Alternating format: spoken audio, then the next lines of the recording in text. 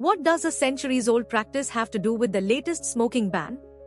Smoking has been part of human life since civilization began, but can we really prevent it? Smokers do not choose cigarettes based on nicotine or tar content. Clear labeling could aid in helping smokers make conscious decisions. Smoking remains an integral part of human life despite efforts to curb it. The court cannot prevent people from smoking, as it's a natural part of human behavior. In a landmark ruling, the Kerala High Court has declared that smoking is an integral part of human life and cannot be entirely prevented.